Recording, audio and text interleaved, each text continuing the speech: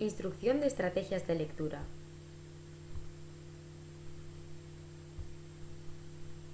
La lectura compartida debe incluir la instrucción explícita de estrategias de lectura.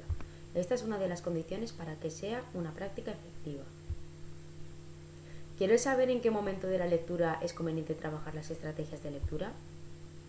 ¿Cuáles son estas estrategias? ¿En qué consiste cada una? Pues vamos allá. La lectura compartida se divide en 3 momentos. El momento de prelectura antes de leer el cuento, el momento de lectura cuando procedemos a leer el cuento y el momento de poslectura una vez leído el cuento.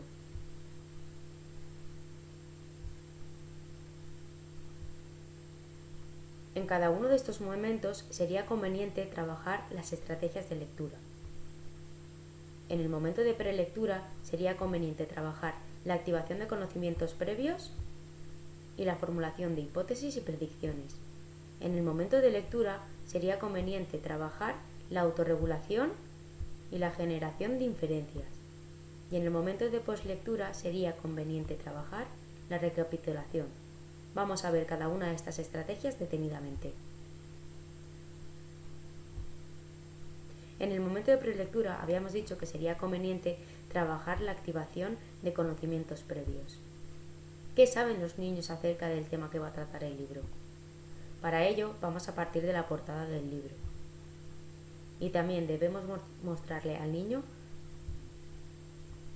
los elementos que tiene una portada de un libro, que son el título y la imagen. Para ello vamos a hacer preguntas acerca del tema del que trata el libro.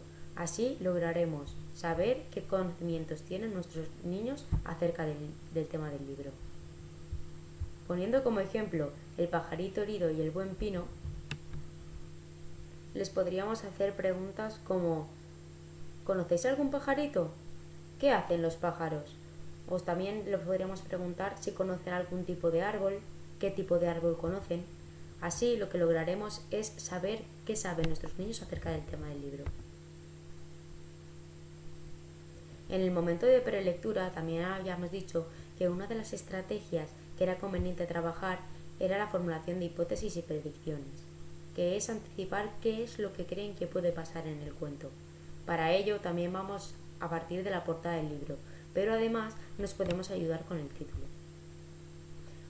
¿Cómo podemos llevar a cabo esta estrategia? De 2 formas: haciendo preguntas o también escenificando, es decir, pensando en voz alta todo el procedimiento que yo hago para llevar a cabo esta estrategia.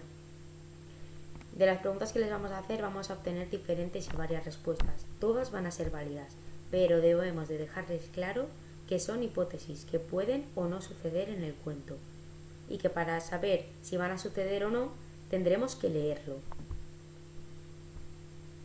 Partiendo del mismo ejemplo, si decidimos hacerles preguntas, serían como: titulándose el pajarito y el buen pino, ¿qué creéis que puede pasar en el cuento? Por otro lado, si hacemos una escenificación, les diríamos: titulándose el pajarito herido y el buen pino, y viendo que en la imagen el pajarito tiene una ala vendada, yo predigo que igual el pajarito no puede volar. Pero claro, para saberlo tenemos que leer el cuento y entonces procederíamos al momento de lectura. Que hemos dicho que sería conveniente trabajar la estrategia de autorregulación. ¿Cómo superar las dificultades que nos pueden surgir durante la lectura?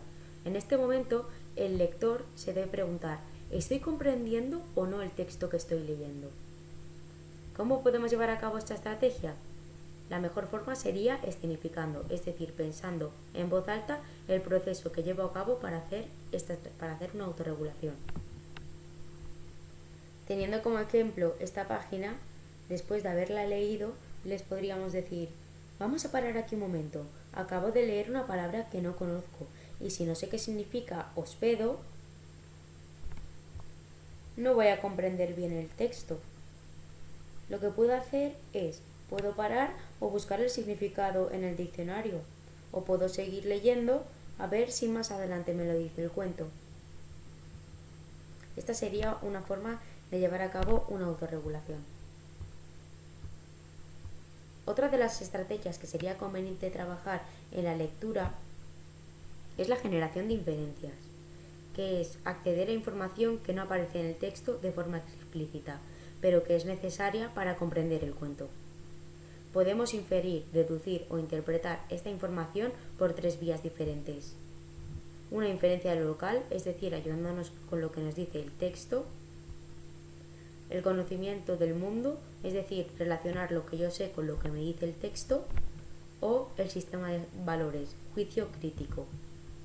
Yo deduzco o infiero algo según los valores que me han inculcado.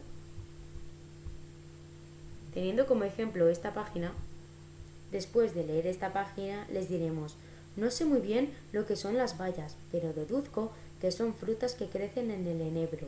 Lo deduzco porque en el texto pone que son para que el pajarito se alimente y en los árboles crecen frutos.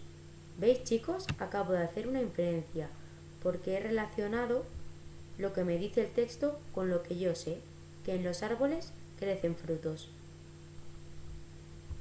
Esta sería una de las formas posibles de llevar a cabo una inferencia. En el momento de postlectura habíamos dicho que sería conveniente trabajar la recapitulación.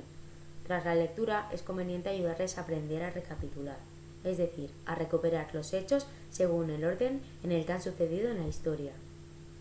Tenemos diferentes formas, haciéndoles preguntas: ¿cómo comenzó el cuento?, ¿qué pasó luego?, y cómo acabó, y dejando que nos respondan.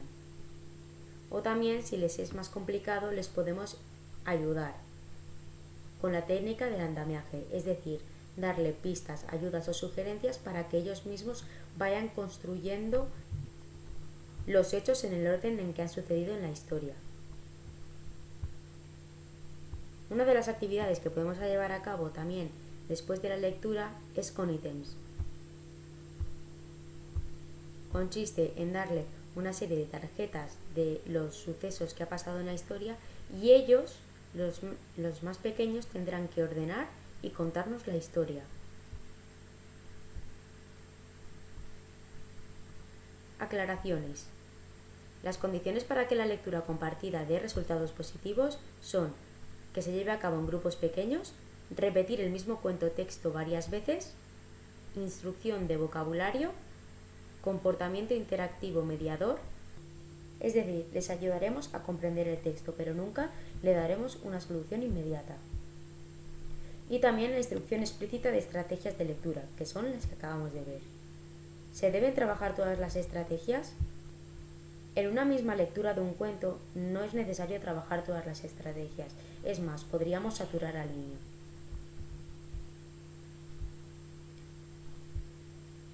¿Cuántas estrategias hay que trabajar? No hay un número concreto. En una lectura no tenemos que trabajar todas las estrategias, pero podemos también basarnos en si el niño está disfrutando o no, porque no debemos olvidar que uno de los objetivos principales, aparte de la instrucción explícita de las estrategias de lectura, es que el niño disfrute leyendo.